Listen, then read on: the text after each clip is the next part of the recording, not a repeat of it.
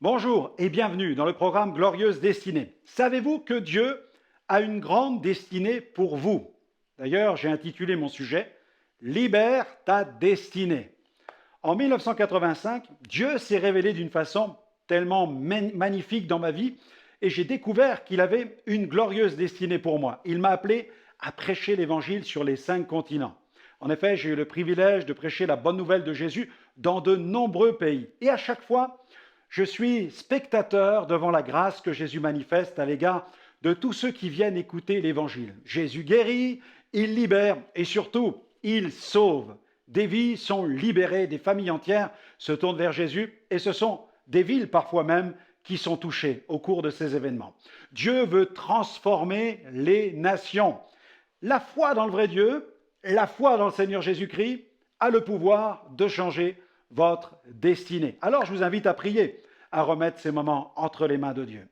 Seigneur, notre bon Père Céleste, nous te remercions pour ce rendez-vous que tu nous permets d'avoir autour de ta parole. Et je sais que ton Saint-Esprit est en train de se servir de cette parole pour l'appliquer au cœur de ceux qui regardent ce programme.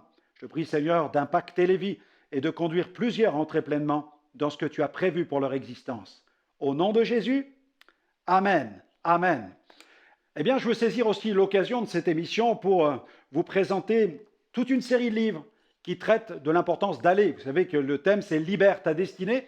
Et Jésus, lui, libérait notre destinée simplement puisqu'il disait « Go ». Il disait « Go ». Il a dit « Allez par tout le monde et prêchez la bonne nouvelle à toute la création ». Au moins, c'est un ordre très simple et très clair. Et là, nous avons toute une série de livres avec ce titre « Go ». Voilà, « Go ». Go avec Jésus. Voilà, « Go avec Jésus ». C'est pour une personne qui cherche le Seigneur, qui est toute nouvelle. C'est une étude personnelle au fil des 21 chapitres de l'évangile de Jean. Elle va découvrir les multiples facettes que présente l'apôtre Jean concernant la personne de Jésus. Jésus, c'est la personne la plus extraordinaire que la terre a portée. Voilà, avec après chaque chapitre, quelques questions et puis un corrigé-type directement à la suite de cela. Il y a aussi le même Go avec Jésus, mais cette fois-ci pour l'animateur de groupe. Super pour ceux qui veulent ouvrir un groupe de maison, implanter une église de maison, un poste d'évangélisation avancé, l'implantation d'une église, travailler avec un petit groupe dans un salon, etc. Voilà, l'étude, toujours de l'évangile de Jean, mais cette fois-ci, les questions ont été étudiées pour l'animation d'un groupe. Il y a aussi Go pour l'évangélisation. Alors, c'est vraiment un cours de formation que j'ai appelé « Formation express à l'évangélisation ». Voilà, une vingtaine de chapitres qui survolent tous les points fondamentaux qu'il nous faut vraiment considérer si nous voulons devenir des témoins efficaces. Et après chaque chapitre, des questions, mais en plus des tests, des exercices. Voilà, il y a vraiment de quoi se régaler dans ce cours, cet accélérateur de formation à l'évangélisation. Et puis un autre cours qui comporte lui aussi, toujours dans la série Go. Alors Go pour l'évangélisation, c'est le deuxième titre. Et puis Go pour la multiplication. Voilà, dedans, c'est comment multiplier les églises. Eh bien, nous n'avons pas le choix que de multiplier les disciples et les leaders. Et dedans, plein de questions, des sujets, des tableaux, des plans, des exercices. Voilà, je me suis régalé à préparer ces livres qui sont comme des outils, des manuels. Voilà, des manuels de formation. N'hésitez pas à aller dans notre boutique, vous allez les retrouver. Équipez-vous et surtout libérez votre destinée. C'est ce qui est surtout important. Mais là, je vous propose de marquer tout de suite une pause célébration, une pause musicale avec Mac Shining qui chante « Où je vais ». Allez, on l'écoute et on se retrouve dans quelques instants.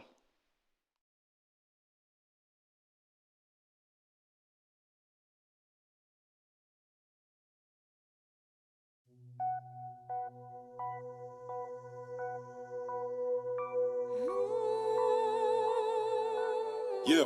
17 ans, plutôt sage, élève brillant, adolescent introverti mais d'une grande autoconfiance. J'habite un endroit que tu ne connais pas sauf si t'es de là. Aucun défi ne m'impressionne, j'agis comme si j'ai de l'âge. Quand je m'endors la nuit, mes rêves contiennent toujours les mêmes choses. La carte des USA, une balle orange et une vie en rose. J'aimerais aussi accomplir un cursus universitaire, et donc je regarde vers l'étranger en me disant je devrais m'y plaire.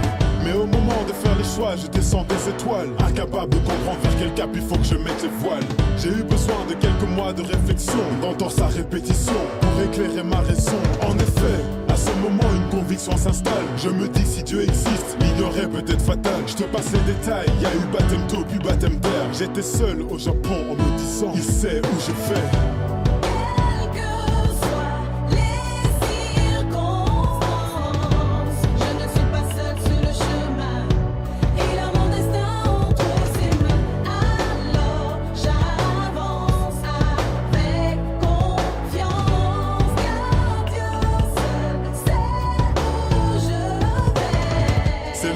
Tout sapé comme pour un enterrement. Je relis mes notes en attendant que le prof cite mon nom.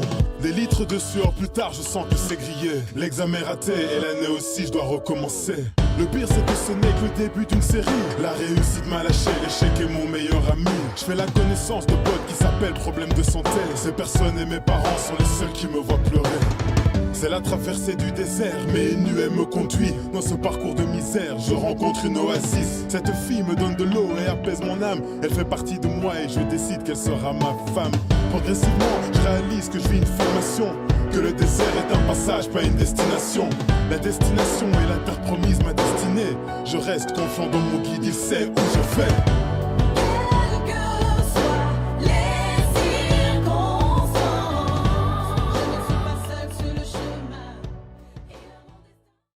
Merci à Mike pour ce chant qui est magnifique. Dieu a vraiment une destinée pour chacun d'entre nous. Le rêve de libérer notre destinée, le rêve de libérer sa destinée.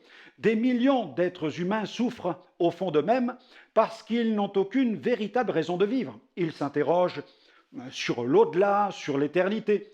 Ils se demandent si Dieu existe, si le diable existe, si le ciel et l'enfer existent. Mais certainement que la question existentielle la plus importante qu'il se pose est la suivante: pourquoi j'existe? Pourquoi suis-je sur la terre? La Bible enseigne que Dieu a tout créé avec un but. Ainsi, il n'est pas étonnant que l'homme ait besoin d'un véritable but dans sa vie pour se sentir heureux. D'ailleurs, quelqu'un a dit, sans rêve, nous n'atteignons rien. Sans amour, nous ne sentons rien. Et sans Dieu, nous ne sommes rien. Mais la Bible répond à toutes ces questions tellement importantes. Elle nous apprend que nous avons été créés pour vivre une relation profonde et intime avec le Dieu créateur. Et Jésus est venu pour nous conduire sur le chemin qui mène à la plénitude de la vie intérieure. Il a d'ailleurs fait cette déclaration dans l'évangile de Jean, au chapitre 7, le verset 38, verset 38 précisément. « Celui qui croit en moi, des fleuves d'eau vive couleront de son sein, jailliront de son sein, comme dit l'Écriture. » Et en février 1985, je n'avais pas encore 18 ans et pourtant, ma vie était un enfer. Ma mère était guérisseuse, cartomancienne et spirite. Moi-même, je pratiquais le spiritisme, la parapsychologie et les arts martiaux à haut niveau. Et à cette époque, j'étais ceinture noire de karaté et je ne me battais pas que sur les tatamis du dojo de ma salle d'entraînement. Ce piège de l'occultisme s'est refermé sur ma vie, sur toute ma famille. Je sentais des présences autour de moi, les objets se déplaçaient tout seuls chez moi. Et mon esprit se dédoublait. Il m'arrivait même de vivre des phénomènes de lévitation et j'entendais des voix qui me disaient de me jeter par la fenêtre. Mais Dieu est intervenu. Il est venu sur ma route, il s'est révélé et j'ai eu le privilège d'entendre l'évangile de la grâce de Dieu. J'ai invité Jésus à venir régner dans ma vie. C'est alors que ma vie a radicalement changé. Je n'aurais jamais pu imaginer que je deviendrais un jour prédicateur de l'Évangile et que Jésus m'appellerait à prêcher l'Évangile dans le monde. Mais Dieu l'a fait. C'est lui qui l'a fait. À Dieu, tout est possible. Il peut changer toute une vie. En fait, il veut libérer notre destinée, votre destinée. Mais pour libérer cette destinée, il nous faut libérer notre foi. Libérer sa foi. La Bible enseigne dans l'Épître aux Hébreux, chapitre 11, verset 6, « Or, sans la foi, il est impossible d'être agréable à Dieu. Car il faut que celui qui s'approche de Dieu croie que Dieu existe et qu'il est le rémunérateur de ceux qui le cherchent. » La foi s'oppose au fatalisme. Elle nous parle d'action. La Bible enseigne que la foi sans les œuvres est morte et qu'elle est une ferme assurance des choses qu'on espère, une démonstration de celles qu'on ne voit pas. La foi, c'est donc du solide. Ça n'est pas quelque chose de virtuel. La Bible nous apprend que la foi de Dieu vient de la parole même. Elle vient de la parole de Dieu, de la parole de Christ. Sans la parole de Dieu et sans une relation personnelle avec Dieu au travers de Jésus-Christ, la foi manque de substance. Car c'est cette relation quotidienne, cette vie intime avec le Père au travers de Jésus-Christ qui donne toute sa puissance à la foi. La foi a le pouvoir de changer votre univers intérieur. Gloire à Dieu. Elle est ce lien invisible et indestructible avec le Dieu Tout-Puissant. Et c'est avec une telle foi que nous pouvons vivre une glorieuse destinée. Car Dieu a préparé de toute éternité pour votre vie un dessein glorieux. Et il aimerait tellement le mettre en œuvre ici-bas. Mais pour cela, il a besoin que vous lui abandonniez votre vie tout entière. Si vous acceptez de lui confier votre existence, alors ce programme divin se poursuivra jusque dans l'éternité. C'est ce que j'appelle la glorieuse destinée. Une destinée comporte deux notions fondamentales. Une cause et son effet. Une destinée glorieuse et cet effet incroyable, cette conséquence magnifique de l'acceptation de Jésus comme Sauveur et Seigneur. En Jésus, le rêve d'une destinée se réalise enfin. Mais pour cela, il est nécessaire de placer toute sa confiance en Jésus. Il faut accepter de faire le grand saut. Le grand saut. Un peu comme cet homme, M. Félix Baumgartner, cet Autrichien qui a pulvérisé le record mondial de chute libre. En effet, c'est en 2012 qu'il bat le record du saut le plus haut, soit 38 969 mètres. Pouvez-vous imaginer quelques instants cette expérience sensationnelle? Hissé dans l'atmosphère, au moyen d'un ballon gonflé à l'hélium, Félix Baumgartner a vu la Terre s'éloigner sous ses pieds jusqu'à une hauteur approchant les 40 km. Les caméras braquées sur lui permettent au monde entier de l'apercevoir, assis dans sa capsule revêtue d'une combinaison grand froid qui lui permet de résister à une température glaciale extérieure qui avoisine les moins 40. Relié par radio, l'homme aperçoit tout en bas notre globe la planète Terre. L'image est saisissante. L'homme, vêtu de blanc tel un astronaute, est assis dans sa capsule en suspension au-dessus de notre belle planète bleue, à une hauteur de plusieurs dizaines de kilomètres. Réfléchissez quelques instants à sa situation. Il se trouve face à l'alternative suivante. Se lever et sauter, ou rester assis, pétrifié, et tourner en rond autour du globe. Mais heureusement pour lui, quand le signal de départ lui a été donné, il s'est levé et il s'est jeté dans le vide, expérimentant la chute la plus rapide du monde. Son récepteur GPS a mesuré la vitesse de 1342 km/h, soit Mach 1.24. Le mur du son a été pulvérisé, de même que le record du monde de chute libre. La retransmission vidéo de cette descente, supportée par plusieurs caméras emportées, est étourdissante, à la limite de l'évanouissement. Nous vivons avec lui en immersion cette chute vertigineuse qui aurait bien pu lui être fatale s'il avait totalement perdu conscience. Et puis, filmé sous d'autres angles, au moment de rejoindre la Terre, nous voyons ce grand champion déclencher son parachute et atterrir en courant dans le désert de Roswell au Nouveau-Mexique. Le visionnage de ce record est à mes yeux une formidable illustration de notre position et destinée en Jésus. En effet, en tant que disciples de Jésus, ne sommes-nous pas, nous aussi, à l'instar de ce recordman, assis dans des lieux élevés? Mais bien entendu, nous sommes assis par la foi dans les lieux célestes en Jésus-Christ. Ne sommes-nous pas non plus équipés d'une forme de parachute, celui de notre salut? N'avons-nous pas revêtu ce vêtement blanc, unique et tellement spécial, le vêtement du salut qui nous permet de faire face aux climats spirituels les plus hostiles de ce monde? Et puis, ne sommes-nous pas aussi comme cet homme des globe-trotteurs qui courent dans le désert spirituel de ce monde pour aller annoncer la bonne nouvelle à toute la création? Et oui, nous sommes ces globe-trotteurs si toutefois nous osons répondre à l'ordre de Jésus en décidant de quitter notre capsule, notre zone de confort, en osant vivre le grand saut de la vie nouvelle par la foi, c'est-à-dire en abandonnant radicalement notre vie au Christ pour servir les projets de Dieu. Dieu a prévu pour ceux qui acceptent son Fils une glorieuse destinée. Si nous voulons l'expérimenter, il nous faut impérativement lâcher prise sur notre vie. Souvenons-nous de ce que Jésus a dit dans Matthieu Matthieu chapitre 16, verset 25, « Celui qui voudra sauver sa vie la perdra, mais celui qui la perdra, à cause de moi, la retrouvera. » Au monde entier, Jésus dit « Viens ». Mais à son Église entière, Jésus dit « Va », il dit « Go ». Il nous faut donc libérer notre vie. Nous vous invitons aujourd'hui à découvrir la série de livres Go. Tout d'abord, Go avec Jésus, qui est l'étude de l'évangile de Jean. Ce livre est disponible pour une étude personnelle ou pour l'animation d'un groupe, avec des questions en fin de chaque chapitre. Go pour l'évangélisation, qui est une formation express à l'évangélisation et qui aborde toute une série de points clés, pratiques et pertinents. Et enfin, Go pour la multiplication, qui regroupe les principes enseignés par Jésus et l'apôtre Paul, touchant à la multiplication. Tous ces livres Go sont disponibles dans notre boutique en ligne, sur notre site internet www.gospelvision-international.com. Relevons le défi, allons de l'avant, formons-nous et multiplions les disciples, les leaders, les églises. Go! Libérer sa vie, c'est important. Dans sa lettre aux chrétiens de Galatie, l'apôtre Paul partage ce qui fait vibrer sa vie, c'est-à-dire son leitmotiv. Il a écrit « J'ai été crucifié avec Christ ».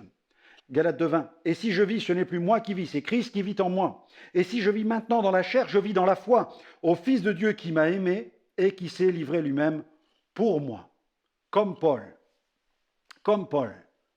libère ta vie. Paul a su renoncer à sa vie. Il a accepté de faire le grand saut en faisant totalement confiance à Jésus-Christ concernant sa destinée.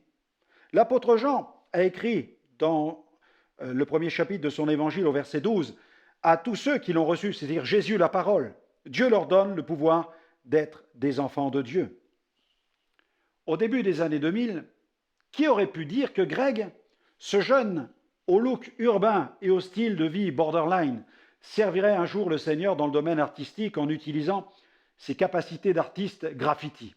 Qui aurait pu dire qu'il partagerait la bonne nouvelle à des centaines de personnes dans le cadre d'expositions ouvertes au grand public? J'ai été personnellement le témoin de la transformation de ce jeune dont la conversion fut loin de passer inaperçue au sein de notre assemblée. Élevé au sein de l'église évangélique à la période de l'adolescence, il est entré en conflit avec les valeurs spirituelles de sa famille.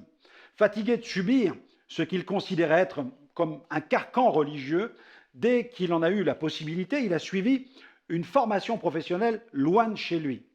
Il a continué alors de plus belle la consommation et la vente de drogue commencée depuis sa préadolescence. Et en 2003, il se retrouve à Marseille dans le cadre de sa formation. Et arrivé dans la cité phocéenne, il continue à fréquenter les mauvais endroits et les mauvaises personnes. Et un soir, alors qu'il est avec un ami dans un bar, la serveuse remarque l'argent que détient son ami. En sortant du bar, vers 4h30 du matin, les deux jeunes gens se font prendre en filature par des connaissances de la serveuse. Et arrivé à un croisement, deux personnes tirent Greg vers une ruelle pendant que trois autres s'occupent de son ami. Déterminé à les dépouiller. Pris au piège, Greg se retourne et fait face à cette bande qui veut en découdre avec lui pour lui prendre son argent. Il n'a pas d'argent liquide sur lui, mais seulement sa carte de crédit que les agresseurs veulent récupérer, bien sûr avec le code. À ce moment précis, le jeune garçon voit sa vie se dérouler devant lui comme la bobine d'un film. Cela dit, il décide de briser sa carte bleue devant les yeux de ses agresseurs. C'est alors que l'un des deux hommes sort un couteau et le place sous la gorge de Greg. Là, sentant sa dernière heure arriver, Greg ferme les yeux, mais étrangement, rien ne se passe. Et quand il ouvre à nouveau les yeux, il découvre qu'il n'y a plus personne dans la ruelle. Alors Greg part à la recherche de son ami, mais sans résultat. Le lendemain, il décide de téléphoner à sa mère, et quand elle décroche, après quelques instants de discussion, elle lui passe sa sœur qui est convertie. Elle veut parler avec lui. Et lors de cette conversation, Greg aborde brièvement l'agression de la nuit précédente. Sa sœur se met soudainement à pleurer, lui expliquant que cette nuit-là, vers 4h30 du matin, elle s'était réveillée en ayant à cœur de prier pour son frère. Quelques mois après, Greg décida enfin de retourner chez ses parents. Et après une période d'errance, il a fait quelques temps plus tard une nouvelle expérience qui a marqué le début de son retour vers Dieu. Ce fils prodigue est rentré chez ses parents Il est aussi rentré à la maison du Père Céleste. Aujourd'hui, il met tout son talent d'artiste au service de Jésus. Sa première grosse exposition individuelle s'est déroulée le 2 février 2013 dans l'agglomération de la ville de Troyes, donc en France. Et au cours de cet événement, l'artiste a pu exposer plus d'une cinquantaine de ses œuvres, des toiles, des objets customisés, des sculptures, des photos. Plusieurs centaines de personnes ont visité même son exposition. 2 articles sont parus dans la presse. La chaîne de télévision locale a profité de cette occasion pour effectuer un reportage sur cet artiste véritablement atypique. La Bible ne dit-elle pas que si quelqu'un est en Christ, il est une nouvelle créature. Les choses anciennes sont passées, voici toutes choses sont devenues nouvelles. Impossible de vivre la vie abondante que Dieu veut nous offrir si nous ne lâchons pas notre vie, si nous ne voulons pas l'abandonner au Seigneur. Jésus a dit, si quelqu'un veut venir après moi, qu'il renonce à lui-même, qu'il se charge de sa croix et qu'il me suive. Matthieu 16, verset 24. Jésus appelait ses auditeurs à se repentir, à changer de mentalité, à se tourner totalement vers Dieu. C'est pourquoi Jésus prêchait la repentance, c'est-à-dire un changement radical de mentalité. Il disait « Repentez-vous, car le royaume des cieux est proche ». Chercher à s'améliorer ou essayer de changer d'attitude ne suffit pas. Il faut changer de mentalité. Cette nouvelle mentalité ne peut plus se complaire dans le péché. Elle se plaît à satisfaire la volonté de Dieu qui est révélée dans la Bible, la parole de Dieu. Cette nouvelle mentalité est la mentalité de Christ et c'est elle qui place l'enfant de Dieu sur la trajectoire d'une glorieuse destinée. Quelqu'un a dit « Veille sur tes pensées, car elles deviendront des paroles. Veille sur tes paroles, car elles deviendront des actions. Veille sur tes actions, car elles deviendront des habitudes. Veille sur tes habitudes, car elles deviendront ton caractère. Veille sur ton caractère, car il deviendra ta destinée. » La conversion ne peut se fabriquer. La nouvelle naissance est un miracle, le plus grand de tous les miracles. En effet, il n'y a rien de plus miraculeux qu'une personne qui passe de la mort à la vie, des ténèbres à la lumière, de la perdition au salut. Même si l'éducation chrétienne peut contribuer à la conversion, la favoriser, elle ne peut en aucun cas la fabriquer. La conversion chrétienne est un miracle. Naître dans l'Église ou dans la religion chrétienne ne fera jamais de quelqu'un un chrétien. Comment le dire autrement ? Une femme qui accouche dans un restaurant McDonald's ne donnera jamais naissance à un hamburger. La vraie conversion produit une transformation. C'est le passage d'une vie centrée sur soi, une vie égocentrique, à une vie centrée sur Christ, christocentrique. William Law a écrit « Un Christ qui n'est pas en nous est un Christ qui ne nous appartient pas. » Libérer sa vie chrétienne. Libérer sa vie chrétienne. Celui qui un jour a fait la paix avec Dieu en recevant Jésus-Christ comme Sauveur et Seigneur, ne peut oublier ce moment de grâce. Ah, cette nouvelle saison de la conversion dans la vie d'une personne est une immense bénédiction. La personne réalise l'amour immense de Jésus pour elle. Son âme est comblée, son cœur est léger, elle possède l'assurance du salut et elle découvre les précieuses richesses de cette relation intime avec Dieu. Les premiers pas dans la vie chrétienne sont des moments de découverte permanents. Le nouveau disciple de Jésus découvre la communauté des croyants, le contenu des Saintes Écritures, son stock même de promesses, un stock immense de promesses. Il découvre aussi la beauté d'un engagement en se préparant au baptême. Il expérimente ces temps de visitation où Dieu lui parle au moyen des prédications qui résonnent du pupitre, des dons spirituels dans l'assemblée, des révélations personnelles que Dieu peut communiquer dans notre cœur. Lorsqu'un jeune disciple fait l'expérience du baptême dans le Saint-Esprit, alors là, quelle expérience indicible! Après l'immersion par le baptême d'eau, c'est l'immersion dans le Saint-Esprit et une foule d'autres bénédictions. Nul ne peut oublier les premiers temps d'une conversion. Et ce qui est extraordinaire, c'est que Dieu désire que nous demeurions dans cet état de grâce. Pourquoi cet état devrait-il cesser? Dieu désire le maintenir et il nous faut demander de veiller à entretenir, il nous faut veiller vraiment à entretenir la flamme de cet amour. Par la bouche du prophète Jérémie, Dieu nous dit dans sa parole, Jérémie 31, verset 3, « De loin l'Éternel se montre à moi, je t'aime d'un amour éternel, c'est pourquoi je te conserve ma bonté. » Malachie, quant à lui, dit ceci, « Car je suis l'Éternel, je ne change pas, je ne change pas. » Face à ces deux passages, il apparaît clairement que Dieu ne change pas, qui nous conserve sa bonté. Il nous faut donc veiller à ne pas nous éloigner de lui, à ne pas nous refroidir.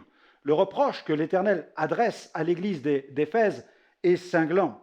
Ce que j'ai contre toi, c'est que tu as abandonné ton premier amour. Apocalypse, chapitre 2, verset 4.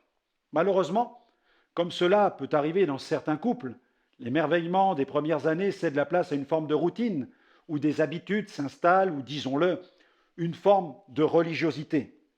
Et pourtant, que dit le prophète Michée au sujet du juste?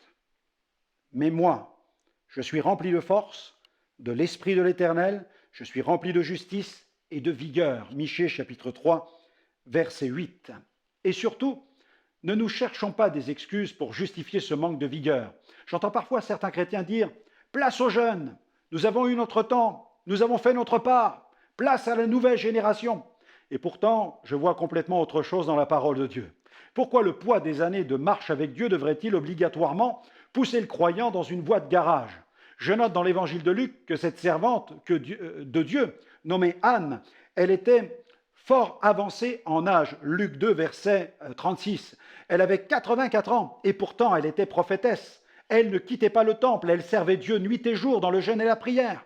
Elle parlait de Jésus à tous ceux qui attendaient la délivrance de Jérusalem.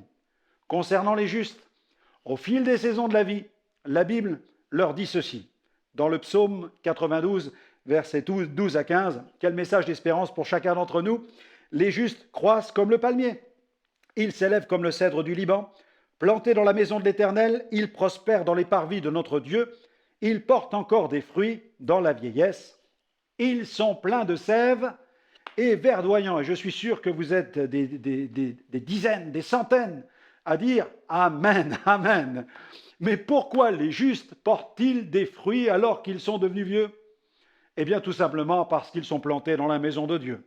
Il est temps pour certains de se ressaisir. Il est temps pour vous de brûler et de libérer pleinement votre glorieuse destinée.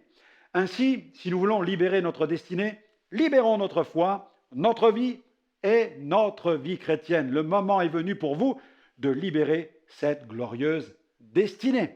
Eh bien voilà, notre émission se termine. J'espère que vous allez vraiment entrer dans ce que Dieu a préparé pour vous. Le message est clair. Libère ta destinée. Vas-y, go, allons-y, marchons avec le Seigneur.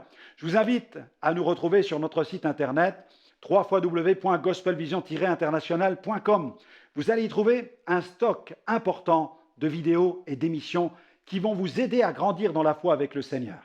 Alors que le Seigneur continue à répandre sa grâce sur votre vie et qu'il vous fasse pleinement entrer dans votre glorieuse destinée. Que Dieu vous bénisse et à très bientôt.